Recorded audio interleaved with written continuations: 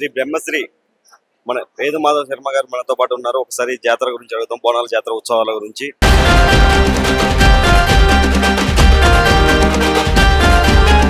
గురుగారు నమస్కారం.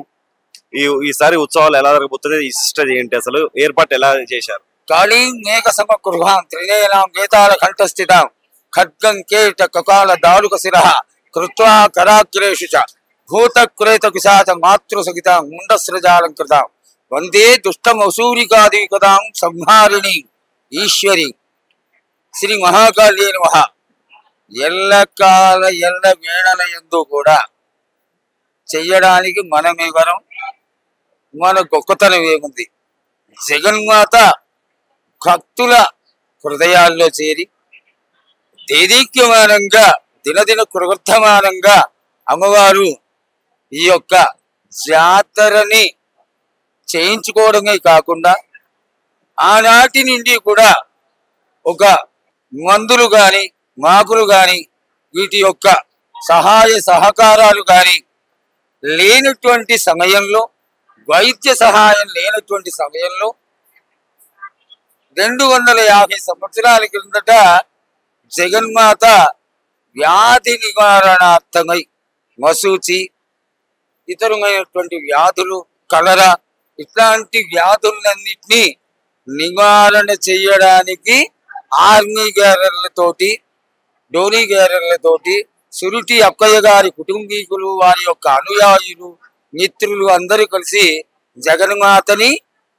భాగ్యనగరంలో సికింద్రాబాద్లో స్థాపన చేసుకున్నప్పటి నుంచి కూడా ఈ యొక్క ఆషాఢ మాస జాతరని, బోనాల పండగని మొదలుపెట్టి ఇంచుమించుగా 250 సంవత్సరాలు అవుతోంది. అయితే ఆనాటి నుంచి కూడా కన్నుల కండుగా దేదీక్యమానంగా దినదిన కృవర్ధమానంగా ఈ యొక్క జాతర ఈ విధంగా పెరుగుతూనే ఉంది.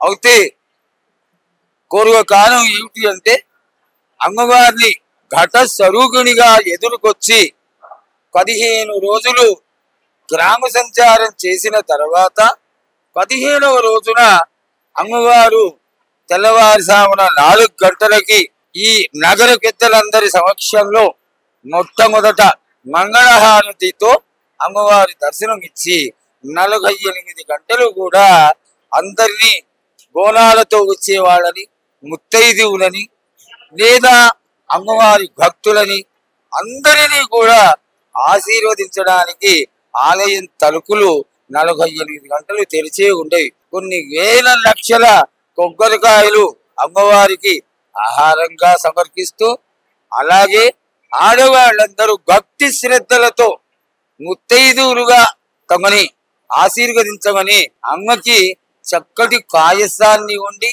బోనాల స్వరూపంగా, అలాగే తమ బిడ్డలని, పెద్దవాళ్ళని, పశు పక్షాదులని అన్నిటినీ జాగ్రత్తగా కాపాడమని శాఖలని సమర్పించి అమ్మవారికి చల్లటి దీవెనలు అందుకుంటూ ఉంటారు. తెల్లవారుజామున అమ్మవారికి మంగళహారతితో మొదలైన ఈ యొక్క ముత్తైదువులు, ఆడవాళ్ళు, భక్తులు అందరి జనసందోహం అంతా సాయంత్రం వరకు సాగుతూ, సాయంత్రం కోతరాజుల యొక్క విన్యాసాలతో, మేళతాళాలతో, పలహారపు గంటలతో ఈ ప్రాంతం అంతా కూడా పూర్తిగా నిండిపోతుంది.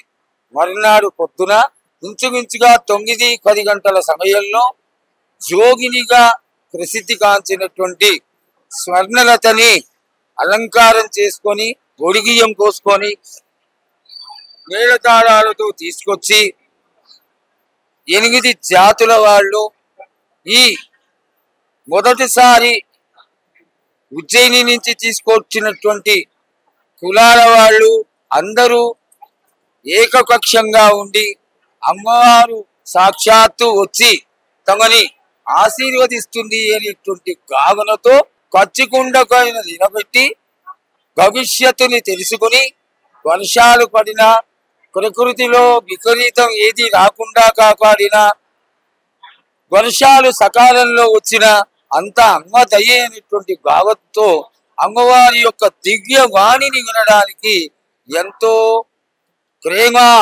ఆదరాభిమానాలతో ఎదురు చూస్తారు. ఆ విధంగా జగన్మాత అందరినీ ఆశీర్వదించి గజారూఢయ్యి అందరూ నగరగడ్డల యొక్క వీడుకోలుతో జగన్మాత సోమవారం మధ్యాహ్నం అత్తవారింటికి వెళ్ళిపోతుందని 16 రోజులు జరిగేటువంటి ఈ అద్భుతమైనటువంటి తెలంగాణ విశేషమైనటువంటి పండగ గోనాల జాతర లష్కర్ జాతరగా ప్రసిద్ధికెక్కడానికి కారణమైనటువంటి ఈ మహాకాళి అమ్మవారి దేవాలయమే మూల కారణం కాబట్టి జగన్మాత అందరినీ ఆశీర్వదించి అందరినీ తన యొక్క ఒడిలో చేర్చుకుని అందరినీ కాపాడుతుందని తెలియజేస్తూ హర నమ పార్వతీపతే హర హర మహాదేవ. మొన్న జోగిని శ్యామల గారు వీళ్ళందరూ ప్రెస్ మీట్ పెట్టి ఈసారి మాంకాళి టెంపుల్ కానీ మేము బోనాలు తీసుకెళ్లట్లేదు, మాకు మర్యాద లేదు, గవర్నమెంట్ తరఫున ఎలాంటి మర్యాద దక్కట్లేదు అని చెప్పి మొన్న ప్రెస్ మీట్ పెట్టారు. బోనం తీసుకురామని చెప్పారు. ఈసారి దయచేసి ఈ విషయాలు మాత్రం మాకు సంబంధించినటువంటి విషయాలు కాబట్టి మమ్మల్ని అడగవద్దు. ఎవరు ఏమి చేసినప్పటికీ తండోపతండాలుగా ఆ అమ్మ కోరుకున్నటువంటి గోనాలన్నీ కూడా వేల తాళాలతో కొన్ని వేల మంది ఆడగడుచులతో అమ్మవారి సన్నిధికి వస్తూనే ఉంటాయి. అవి ఇంకా ఇంకా ఇంకా కూడా దినదినాభివృద్ధి చెందాలి. కారణం ఏమిటి అంటే ఏ విధంగా అయితే నగరం విస్తారం పొంది జన సందోహం పెరిగిపోయిందో అదే విధంగా ప్రతి ఇంటి నుంచి కూడా గోనం రావడం జరుగుతుంది. గోనం రావడమే ముఖ్యమైనటువంటి విశేషం కాబట్టి అమ్మవారి ఆశీర్వాద అపేక్షమానంతో అందరూ కూడా ఖచ్చితంగా గోనాలు తీసుకొని రావాలని కోరుకుంటూ అమ్మవారు అందరినీ ఆదరించడానికి ఆశీర్వదించడానికే ఉన్నది కాబట్టి అందరి యొక్క గోనాల సమర్పణ అట్లాగే అమ్మవారి యొక్క ఆశీర్వాద బలం వాళ్ళకి ఎప్పుడూ ఉంటుందని తెలియజేసుకుంటూ నమ పార్వతీపతే హర హర మహాదేవ. థ్యాంక్ యూ గురుగారు.